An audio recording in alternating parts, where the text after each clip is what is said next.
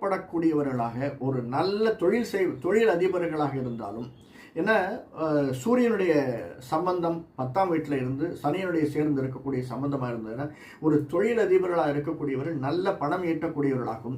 அப்படி இல்லை அப்படின்னா ஒரு மேனேஜர் லெவலில் ஜாயின் பண்ணுறவங்க டைரக்டர் லெவல்லையோ இல்லை ஜெனரல் மேனேஜர் லெவல்லையோ ரீச் பண்ணுறதுக்காக சாத்தியக்கூறுகள் நிறைய இருக்குது. ராகு திசை மேன்மையை தரக்கூடியதாக அமைந்திருக்கும். ராகு எங்கே இருக்கார்? செவ்வாய். அந்த வீட்டுக்கு அதிபதியான சுக்கிரன் எங்கே இருக்கார்? இது ரெண்டு தான் மெயின்.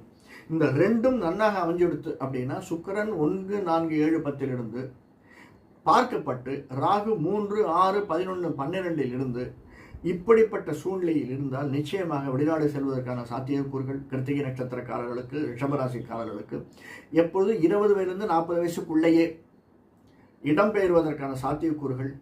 அதில் ஒரு சின்ன சின்ன விஷயங்கள் நாம் நெக்லெக்ட் பண்ணக்கூடிய விஷயங்கள் இருக்குது. சில பேருக்கு அந்த ராகு அப்படி இருந்தாலுமே மற்ற குரு